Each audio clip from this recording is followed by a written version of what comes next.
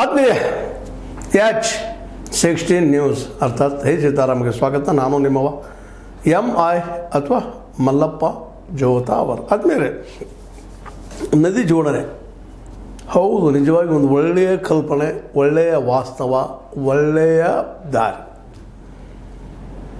ಕಾವೇರಿಯಿಂದ ಗೋದಾವರಿವರೆಗೆ ಇರ್ಧ ನಾಡೋಳ, ಇದು ಕರ್ನಾಟಕದ ಅವತ್ತು. ಇವತ್ತು ಎಷ್ಟಾಗಿದ್ದವರೆಲ್ಲ ಮಹಾರಾಷ್ಟ್ರ ಬಂದದ, ಕರ್ನಾಟಕದ, ಆಂಧ್ರ ಪ್ರದೇಶದ, ತೆಲಂಗಾಣದ, ಕೇರಳದ, ಕೆಲವು ಸ್ವಲ್ಪ ಕಡೆ ಬರ್ತದೆ. ಇವೆಲ್ಲ ರಾಜ್ಯಗಳು ಬರ್ತಾಯಿದ್ವು ಇವೆರಡು ನದಿಗಳ ಮಧ್ಯೆಲ್ಲ. ಆವತ್ತು ಒಂದಾಯಿತು, ಅಲ್ಲಿವರೆಗೆ ಕನ್ನಡ ಇತ್ತಂತ ನಾವು ತಿಳ್ಕೊಳ್ಳೋಣ. ಯಾಕಂದ್ರೆ ಅಲ್ಲಿವರೆಗೆ ಕನ್ನಡ ಇತ್ತಂತ ಹೇಳ್ತಾಯಿದ್ರು.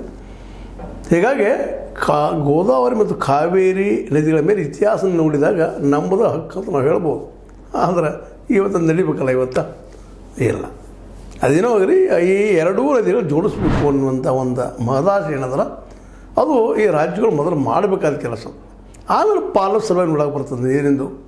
ಹೌದು, 147 TMC ಅಡಿ ನೀರಿನ ಸಲುವಾಗಿ ಇಲ್ಲಿ ತಿಕ್ಕಾಟದ.